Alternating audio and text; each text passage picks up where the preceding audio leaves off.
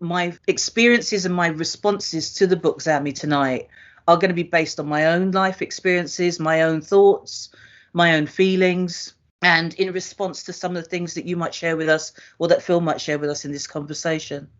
Phyll, I'm going to ask you to introduce yourself. Sure. Thank you so much. And you know what, Mary, it's always wonderful to share space with you and to also everybody else on the line. And, you know, we know it's a shame that we can't be here with each other in person, you know, because that's always a different way of connecting. So my name's Phyll Opoku, also known as Lady Phyll. I am the co-founder and executive director of UK Black Pride. I have a day job. I guess UK Black Pride's my gay job, and Kaleidoscope Trust is my day job that pays the bills. And in my day job, I am the executive director of an LGBT plus international human rights charity. I guess a bit about myself. I loved your explanation of who you are. I guess I'm me. I love to write. I am a deep thinker. I'm an empath. I get swallowed up and consumed in sometimes people's feelings and how they view the world, which is not always a good thing, but then sometimes I guess that's what connects me to people and helps me learn more about the ways in which different people navigate the world or see the world. Like you, I am unapologetically Black, and I am all about Black queer joy. Everything that is Black, let's click for it, let's snap for it, and let's talk about it. And I'm also somebody that doesn't necessarily call you out, I will call you in, because I think that this way of calling in is also about learning. I don't always get everything right, but I'm open to learning new things, unlearning, and educating and re-educating myself. But yeah, I love people. That's what I should say. I'm all about movement building, capacity building, and seeing our communities, you know, not just survive, but thrive under all these different circumstances that we find ourselves in. So yeah, thank you so much for allowing me to be in this space with you. It's an honor to have you here with me because, you know, one of the things that I will share is that Phyll and I have known of each other from probably before 2004. But my memory of first meeting Phyll was at the Trade Union Congress, not Congress. It was the Trade Union building in Tottenham Court Road. Congress. Yeah, and I met you through a gentleman who I used to work with. Where we were holding exhibitions. I was in school, I was running an arts college, and we were approached by one of the lead persons in the trade union because they loved the work that our children produced and asked us to come on board and just have an exhibition over a 4-year period. Phyll came in probably in the 4th year when we had used so much of our young people's work that we ended up having an exhibition of the teachers' work that year. And I just remember being introduced to you and just looking at you and kind of thinking, you look interesting. And then not knowing anything about you, seeing you later on and going, right, okay, I get you. And, you know, and your work there, I think, epitomizes everything you have followed on to do. I think the fact that you even make reference to the fact that you love people is so, I think it literally sums up who you are, because you are so giving of yourself. And this is not a Phyll moment. I'm not kind of in reference to Phyll. I have a lot of respect for the women in my life. And one of the things that we have to recognize is that we often don't necessarily have to be friends with the women in our lives who play an important part. And I think that's probably what this book talk is going to be about tonight.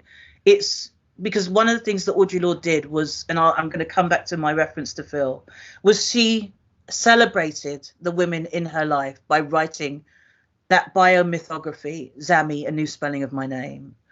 And those interactions that she had were all party to who she became later in life. And the reason that I asked Phyll to join me on this was because we'd connected recently in a talk within Camden around our colonialism and the Black Lives Matter conversation and sexuality.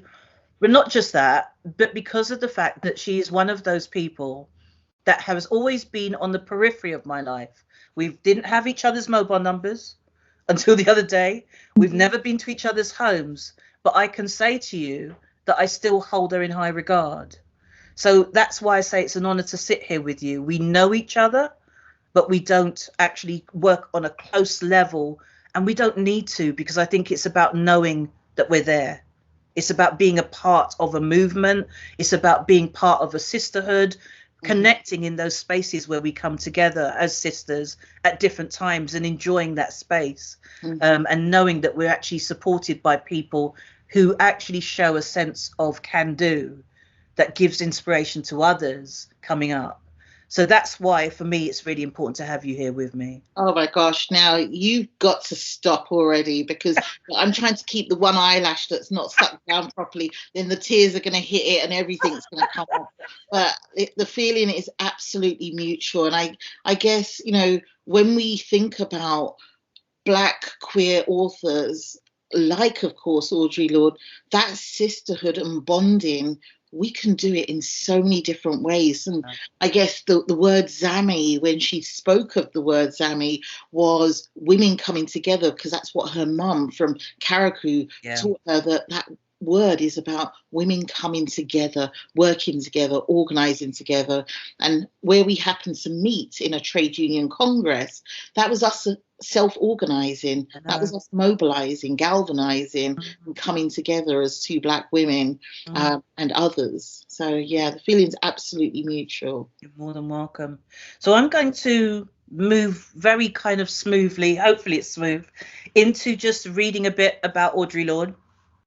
And what I'd like to do is at different points, we've got a structure to this evening, but as a creative, structures really don't work with me. I work with them when I have to. I do think that with you all here with us on the call, what's important is we flow with how it works. And I think Phyll can work with me on that and kind of ad lib at different points. So for myself, and I'm seeing some of our sisters coming into this call.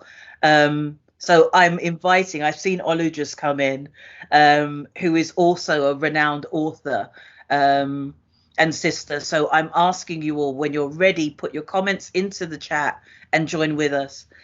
So self-described Black lesbian mother, warrior, poet.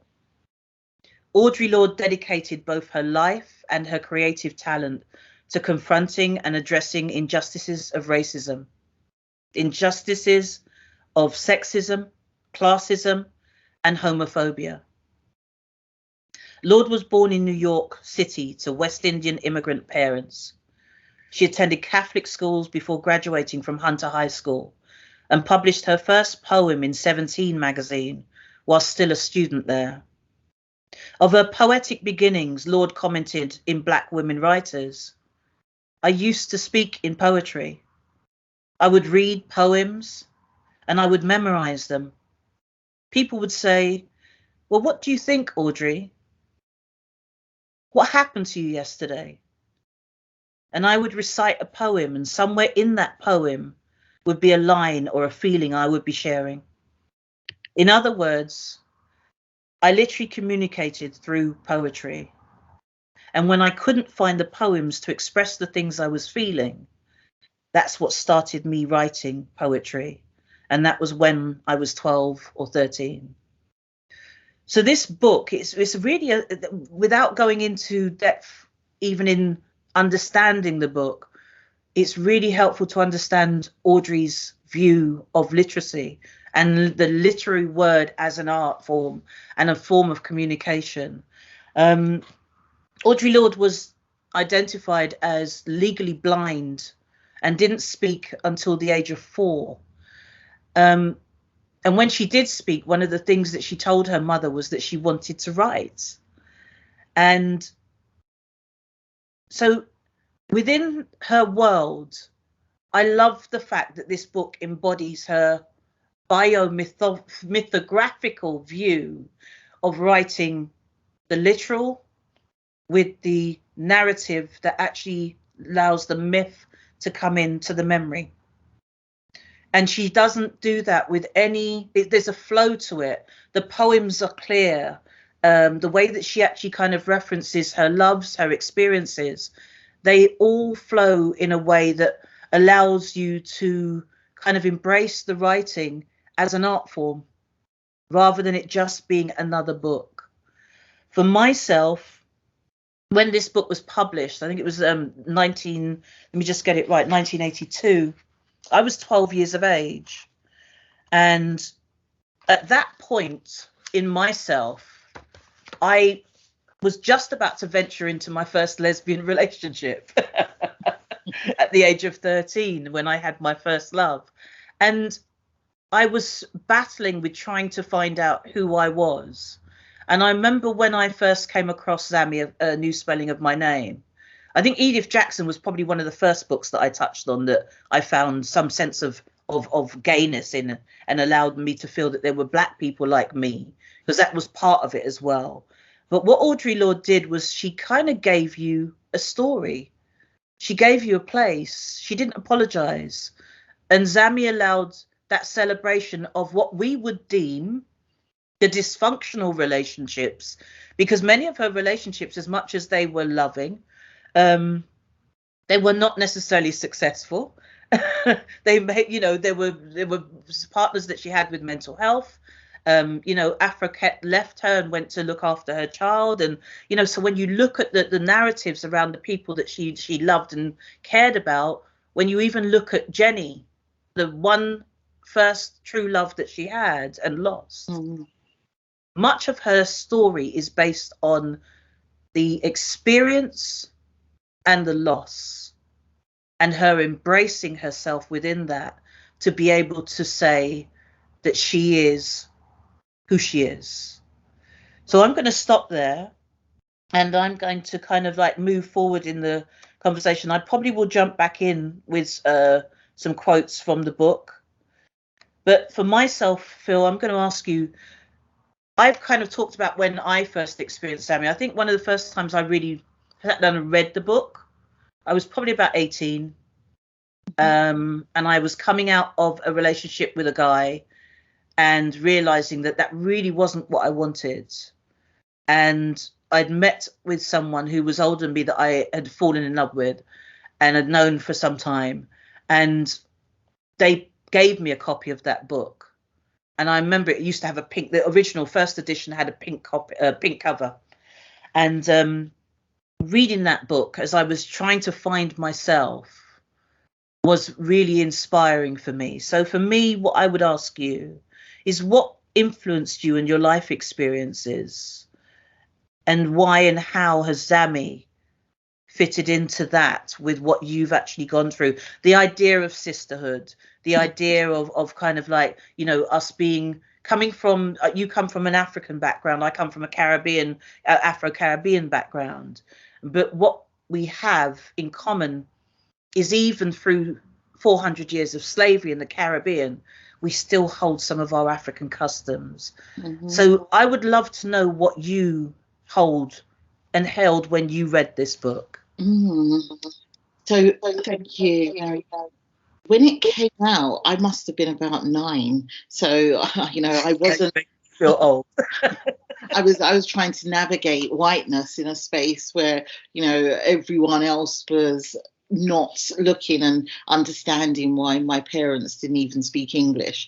So I guess my first time that I read Zami, I must have been about 23, because I came out when I was 20, single mother, out of a really broken and battered relationship with my child's father.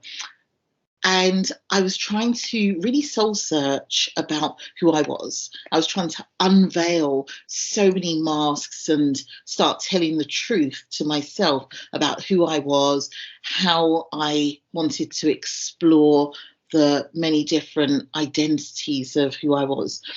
So I would speak to people like Linda Bellos, Femi Otoju, Monica Beadle, these women who I was like, oh my gosh, I am not the only Black lesbian ever. They are the shoulders of the giants that we stand on. And Monica still rocks with us now, partying at every UK Black Pride she's party. got more energy than I have, and I haven't even reached 50 yet. Very, very close.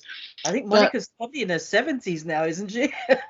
76. Kill me if I got it wrong, but So when I was speaking with them, and of course, you know, it felt like this newness, like I had just been born into a whole new world of understanding that there was a different form of sisterhood, a queer sisterhood, a black, let me correct myself, a black feminist sisterhood. And they would give me all this advice and guidance. And so I sat in Woodbury Down Library, in Umsto Library. I went to all different libraries and started reading. There was Toni Morrison Zula, and just so many books. But it was Zami that I sat there, and I couldn't take the book out because it meant that I'd have to, I think there was like a little fee for membership to the library at the time, and I was so broke that all I did was spend my time in there whilst my daughter was with my parents. And I was reading this, and I started crying in the library just because I was finding out a bit more about Audre Lorde, because there were so many shared commonalities of, one, my own journey of discovery, you know, and I guess we're always still discovering ourselves, but the fact that she was so eloquent in her diction, and it wasn't as if it was academic to the point of not understanding, and she called herself a queer warrior. You know, she spoke about intersectionality before this word was even coined. I know. And I saw myself in so many things of her myth, the narrative, the way it was all shaped and framed. And I was like, oh, this is great. I mean, even now I'm feeling quite overwhelmed with it. You know, there's parts that I can't remember, and I probably really should go back and read the book. But it was, I guess, one of those life-changing moments when you're sat in a library, you're broke, you're, you know, on the verge of homelessness, and you are a single mother, you're a baby raising a baby virtually, and there's so many things playing havoc with your own mental health, and just the ways in how you realize what the patriarchy is really all about, and you find somebody who is encapsulated and captured so many different words that you're naturally gravitating to. It felt like the book was for me. And I think from there I've just held Audre Lorde in my heart as a black lesbian warrior woman. The fact that her sister was called Phyllis, you know, I did have to ask my parents whether they named him after that. My dad was like, Audrey who? I don't know, you know, so he didn't click there. But also, you mentioned about not speaking until 4.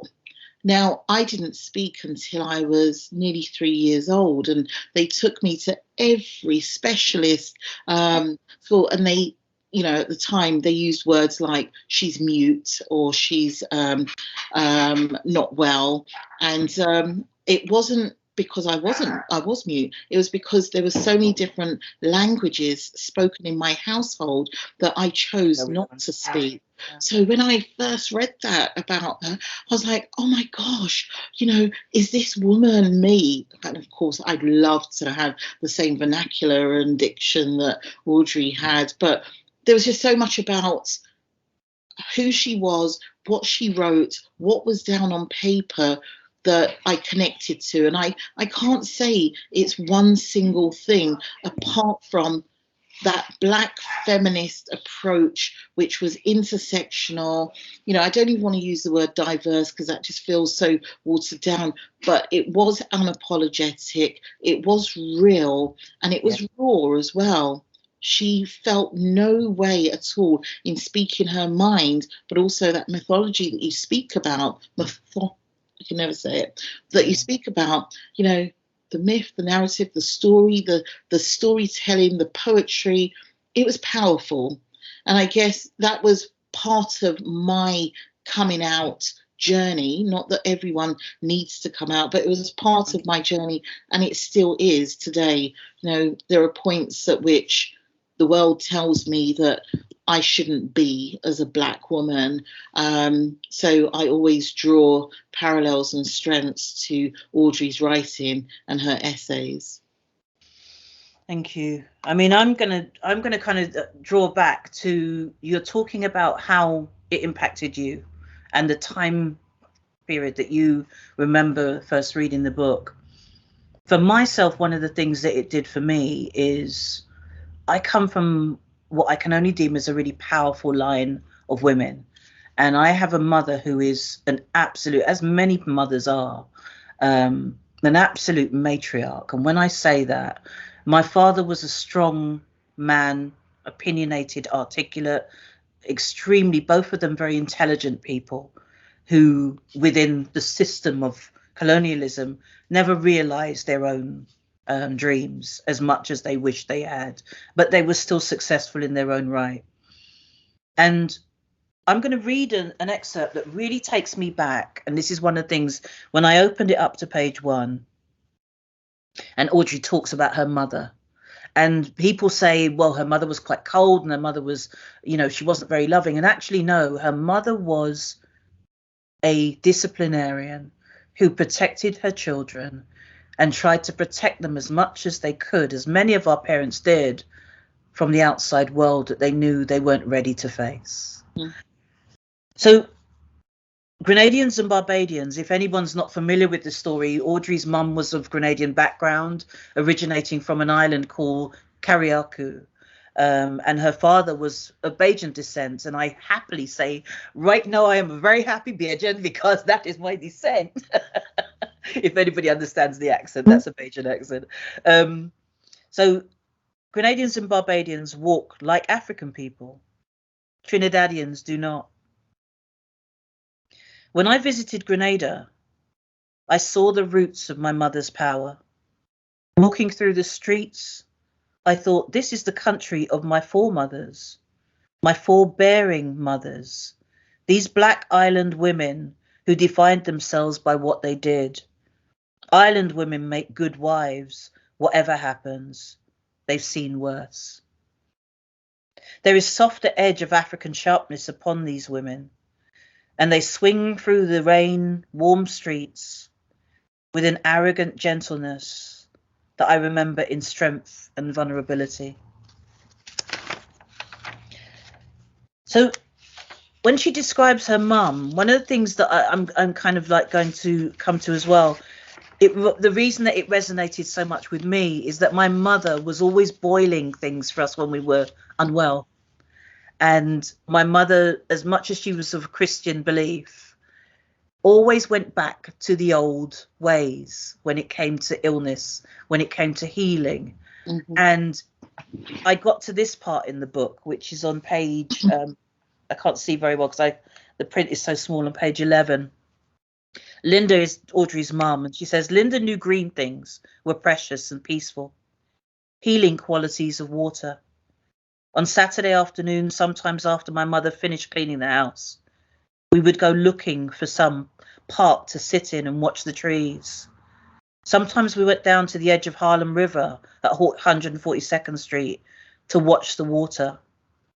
Sometimes we took the D train and went to the sea. Whenever we were close to water, my mother grew quiet and soft and absent-minded. Then she would tell us wonderful stories about Knowles Hill in Grenville, Grenada, which overlooked the Caribbean. She told us stories about Carriacou, where she had been born. Amid the heavy smell of limes, she told us about plants that healed and plants that drove you crazy. And none of it made much sense to us children because we'd never seen any of them. And she told us about the trees and fruits and flowers that grew outside the door of the house where she grew up and lived until she married. Once home was a far way off, a place I'd never been to, but knew well out of my mother's mouth. She breathed, exuded, hummed the fruit smell of Noel Hill's morning fresh and noon hot. And I spun visions of sapodilla and mango as a net over my Harlem tenement cot in the snoring darkness, rank with nightmare sweat, made bearable because it was not at all. This now here was a space, some temporary abode, never be to be considered forever, not totally blinding, nor defining, no matter how much it commanded in energy and attention. For if we lived correctly with the frugality, looked both ways before crossing the street, then someday we'd arrive back in the sweet place, back home. Mm. And I know that other people, there will be other elements of the book that really resonate with them.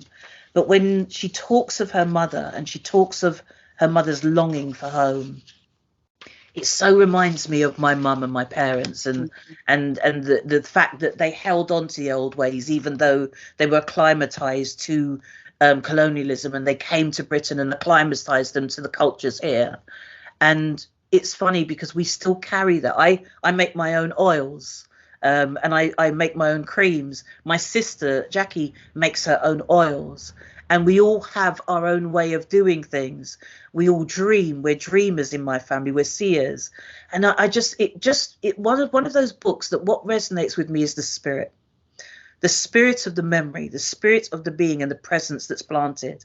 And as much as Audrey goes on to talk about some painful experiences, like when she goes and her mother warns her not to go for class president because she knows as a minority she will not be voted class president. She wants her not to come home crying. Mm-hmm. And Audrey goes to school because she's got that sense of belief as a child that she can do it. She wants to do it and she can do it. And again, her mother's protection was, don't do it because you're not going to get it. And the disappointment, I don't want to have to deal with it. But she was trying to go on. Yeah, no, I didn't want to interrupt you. Isn't there something about Black women and the role in which we have played, whether through enslavement, slavery, and even today in terms of how we provide safety, home, concrete place for people to feel held.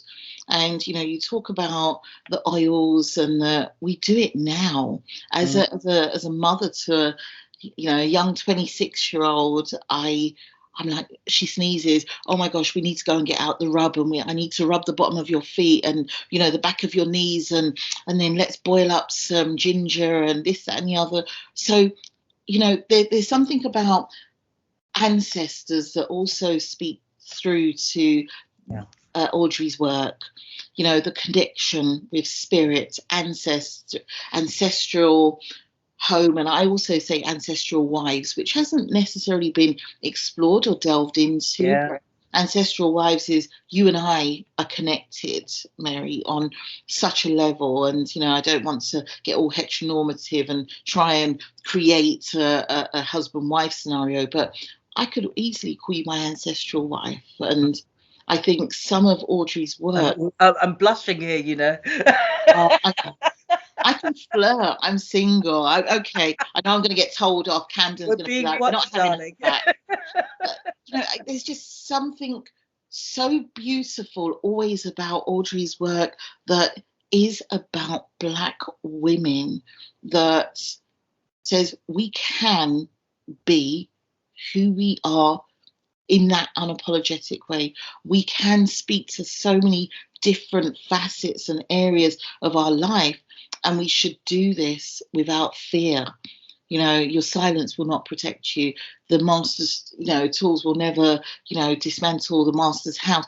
So many things that she says speak to us. And I wish that I had the foresight and some of the bravery that she had in being able to even place things down in writing for others to read in a way that this is what I'm saying and how I'm saying it. I'm not saying I'm not brave. I just think that when you think about that period of her life, from 62, librarian, doing this, having children, being married to a white man, but also interrogating whiteness, and then coming out, or not necessarily coming out, but speaking openly about her relationships. Yeah.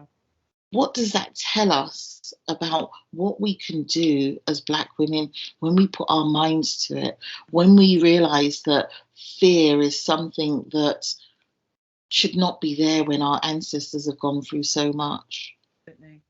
Yeah. I mean, you know, I mean, that's really powerful, because one of the things that it leads me on to thinking, so we've kind of got the roots of the mother and the father, and I love the relationship and how she details that relationship in the book, how she talks of her father being somewhat reserved, but dare they disrespect their mother, he would assert himself and be very clear on his expectation of their behavior towards their mum. But one of the things that was really epitomized in the book for me was, again, what you talk about, how our parents try to create that safe space. They try to create that protected space. And as much as that space may not have been filled with exuding amounts of love and hugs and kisses, her mother loved her, and she expressed that in so many ways. For myself, despite having impaired vision, which inhibited Audrey's ability to view differences, and this is where I'm kind of like jumping, kind of like thinking about the protection that the mother had in the household and what was happening outside, the racism she experienced, the sexism she experienced, and the othering that she experienced, that Audrey is able to demonstrate the impact of being othered throughout her writing, and referencing and giving life to her lived experiences through feelings, relationships, and interactions, so heavily led by the visual social constructs and discrimination, being seen as female, Black, disabled, lesbian. He was a scholar, a poet, an author. As we started the conversation describing ourselves, we are and encompass so many different things, which is why I refuse, as much as I might own a description of myself, I refuse to be governed by it. And from a personal perspective, the influence of intersectionality, and you made reference to that, and which for some who may not be familiar is the interconnected nature of social categorizations such as race, class, gender, and how they apply to given individuals, and how we are discriminated against by people using those groups and those identifications to actually exclude or not include us in many different walks of our lives, including the workplace. It holds a powerful and influential view of the construct of other. And I use other because there are so many ways that she describes herself. It's no point in me saying as a Black woman, as a lesbian, as a warrior, as a mother. There is no point, because she encompasses and openly embraces so many different roles. And so I use the term other because it flows from within this book. What are your experiences and feelings of being othered, and how have you embraced these? Because one of the things that I will drop in before you answer me is that one of the things that Audre Lorde did was, as a Black feminist poet activist, she often reminded her readers that if they ignore the differences among people, they do it at their own peril. So what are your experiences of being othered? She talks, you know, we've got the experience that she had where she went into the ice cream shop and, you know, the ice cream parlor, and they weren't allowed to have the ice cream. We've got the situation in the school where it's really interesting because Audrey, being a minority, became part of the branded, and it was an all-girl group, but the branded always visually to me stood out to be a group of young women that didn't belong, that was something different about them. And she often went through her life finding the other place to fit and feel comfortable with herself. So I'm passing that to you. So I think that when we talk about the other or being othered is, you know, sometimes are two separate things for me, because I've always been the other in many of the spaces that I sit in, that I'm able to be in, but even in those spaces can be othered. and singled out for many, many different reasons. And, you know, both you and I know that, yes, we can speak about being Black women, but even being Black women, there are different ways in how we both navigate particular situations, whether you are from the Caribbean or I'm African, Ghanaian, my mother tongue is not necessarily English. And let me give you an example of othering for me. Whilst we've always wanted, as UK Black Pride, to find a place of belonging, to be seen in this wider mainstream LGBT plus communities, it hasn't happened because our communities, and I say ours as in Black and brown queer people, have always been othered. We've always been singled out. We've always been marginalized. We've always appeared, and I say appeared, vulnerable. We've not called ourselves minorities. It's something that's been placed upon us because we're the global majority. Absolutely.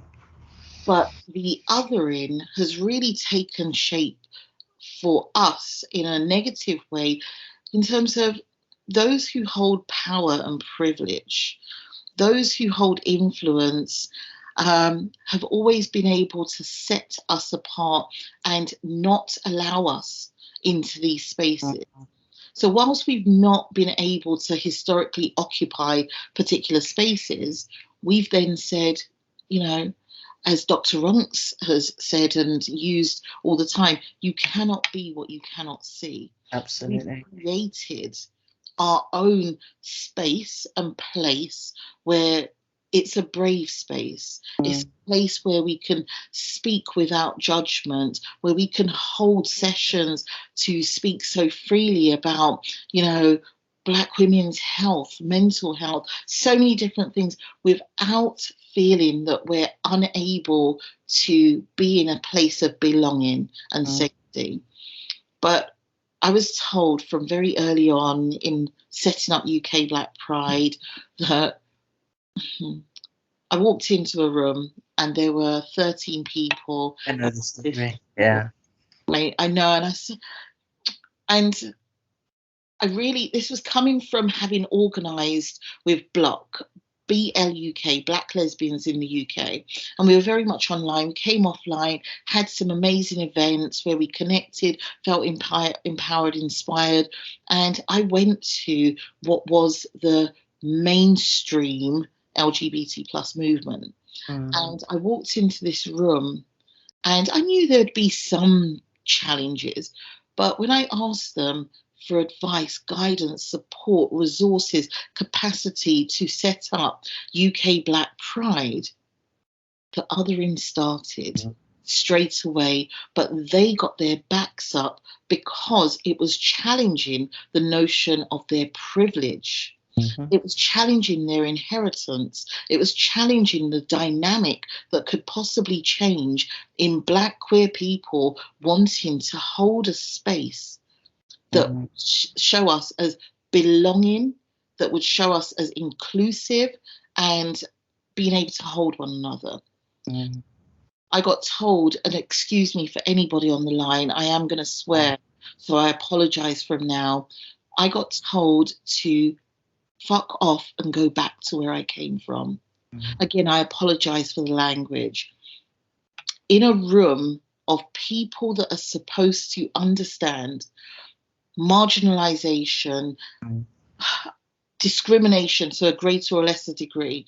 So yes, when you think about Audre's work and what she writes and the discrimination that she's felt and her mother wanting to hold her and protect her and wrap her in cotton wool because she knows that you might quite crack because people out there are not nice and are not kind. It was that othering that we experienced that made us take stock and say, you know what, people have done this before us and we will always be othered because there is a long history, a long toxic history of how Black people and especially Black women treated, let alone starting to delve even deeper into how class, different socioeconomic statuses play out.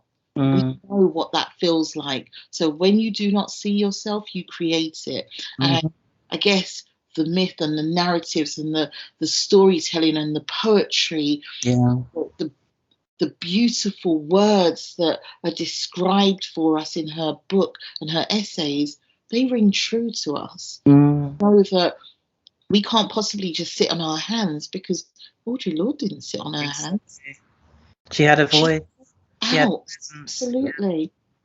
I Even mean, when it you, was dangerous, even when it was yeah. difficult, even when it felt hard, and even when you were scared to do so. And I guess our work, Mary, is also about speaking out Mm. in situations that feel quite difficult. Yeah. And I like to hope and think that I embody some of her work through the work of UK Black Pride, or Kaleidoscope Trust, or my everyday experiences that I share with my daughter. Mm. Thank you. There's a couple of things that are coming as a response to what you've just said for me. The first one is my memory of first being othered. Children don't see colour. It's one of the first things that you recognise. Children are taught to discriminate. And I remember being about 5, maybe 5. I don't think I was 6, possibly about 5 or 6, that type of age. And my dad had taken the day off work the morning to take me to the dentist. For whatever reason, my mum, who was always the person that would take us, couldn't take us. And we lived in West Norwood, and the dentist was on Hannon Road. And my dad walked me to the dentist, and we were sitting in the dentist reception. And I don't even know if I've ever shared this experience with my family. And I know that some of them are on the call now. And as I sat with my dad, I can't remember what I was, there was a young, there's a little Asian girl. There was quite a few children. It was like lots of children having their appointments, waiting to go into the dentist. But there was an Asian child sitting opposite me. And her mother gave her a packet of sweets. And my father looked at me and I looked at him. And I remember us looking at each other. And I looked back at the child. And her mother said quite loudly to this small child, who was probably about the same age as myself, she said, give to her, him, and her. These are all white children sitting in the dentist. And she last came to me and she said, but don't give anything to her. My father welled up, and I've never seen him well up. And that's why I don't think I ever shared this with my sisters. My father was a strong man. He wasn't tall. He was 5'10", but he was strong. He had muscles, and my father welled up. And what my father, he didn't say a word. All I remember he said was, "Don't worry," and Mm-hmm. he put his arm over my shoulder in the dentist, in the reception, and we never talked about it. And he walked me to school. But when we got to school, there was a sweet shop that was next to a pet store, and he stopped at the sweet shop. And he took me inside and he said to me, pick what you want. So I thought, well, I'm a twin. I'm going to get something for myself, and I always get something for my twin. So I picked up, I remember clearly this whole situation, picking up 2 sweets. And he said, no, pick up whatever you want. And he just kept sending me back to get more. And I went to school that day with my pockets filled with sweets, because my father was so angry that I had been othered in his presence that he needed me to feel special. He needed me to know that they did not see that you deserve to be included and that you shouldn't have been excluded, but I'll give you more than what they would have offered you. And that was my first experience of being othered. That was a very powerful, painful experience of being othered. But again, when we talk about the protection of our parents and how they try to protect us in many instances from our experiences outside, what he did was he put that umbrella around me. And, parents aren't perfect, but my father absolutely loved us. And one of the things that he did is he encompassed me at a time when, as a small child, I couldn't process that being othered. Because also I was looking at someone, to me, who was Asian, who looked like me. because in the Caribbean, we have Asian family, we have Asian communities. So to have somebody turn and tell me that I couldn't have something they were sharing was really strange to me as a small child, because I maybe would have expected that from someone white, but colonialism allowed the caste system to mean that I was probably the less likely to be included in that room. So when she talks about the othering, it is so emotional. I mean, Shabnam talked about the fact that when you talk about the other and being othered, how powerful that was for her. I think that Audre Lorde's work is so powerful in that it brings us to a place where it taps, very lightly taps on those memories. It taps on those thoughts. It brings me to a place, and I'm just keeping an eye on time because I want to open up for people to participate. We're not going to get to the end of the book and all the loves and all the experiences that she's had. I'm not going to be able to talk about Africa and all the rest of the people that she kind of like, you know, and her going to Mexico. But what I would like to touch on is Jenny. And I would like to talk about Jenny because Jenny was her first love. And she was her first love that she was never able to ever do anything but just love. She never had a physical relationship with her. And Jenny was her friend who sadly passed away. And there is a part of the book where Audre actually makes reference to, she writes a poem in response to Jenny at some point. I'm just trying to get to that section of the book. But what I might do really quickly, because I'm very mindful for time, is just write something. I'll read the poem in actual fact.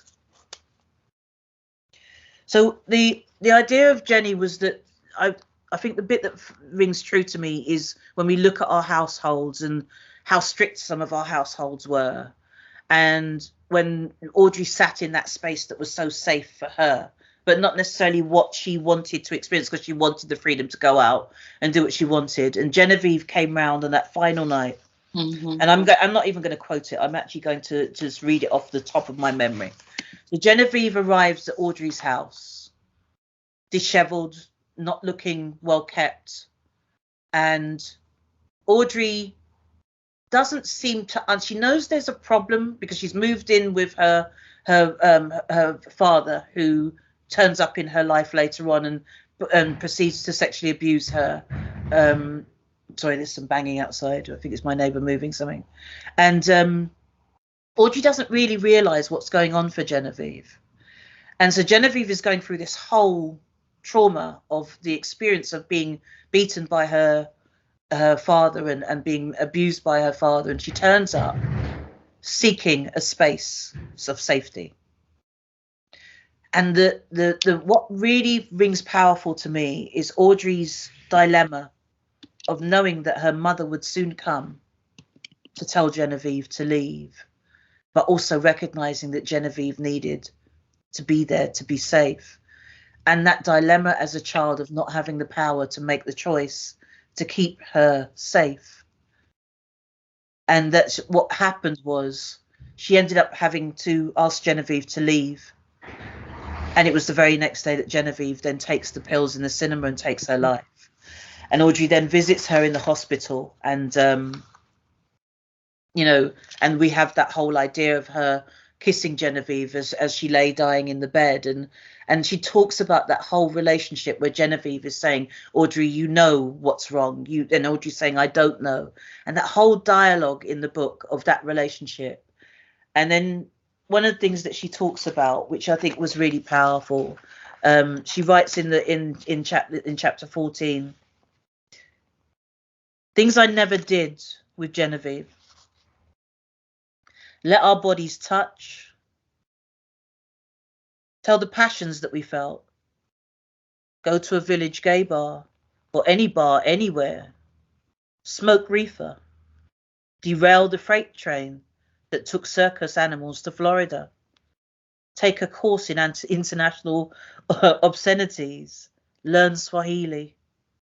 See Martha Graham's dance troupe. Visit Pearl Primus. Ask her to take us away with her to Africa next time. Write the book. Make love. And it's the first time that she understands the love and the loss, and I think that that's what's really powerful for me. Is we're not gonna. I think we probably need another 3-4 hours to really get halfway through the book and beyond. To be honest, Phyll, because I think there's so much to talk about in terms of the way that she encompasses her experiences, the way she talks about her poets, you know, her experiences, her loves, and the influences in her life. Can I just say, Mary, and I think I did put, you know, just a trigger warning for all, because there are so many things within the book and the story of Jimmy, that love and loss that you talk about, that maybe many of us on the line can relate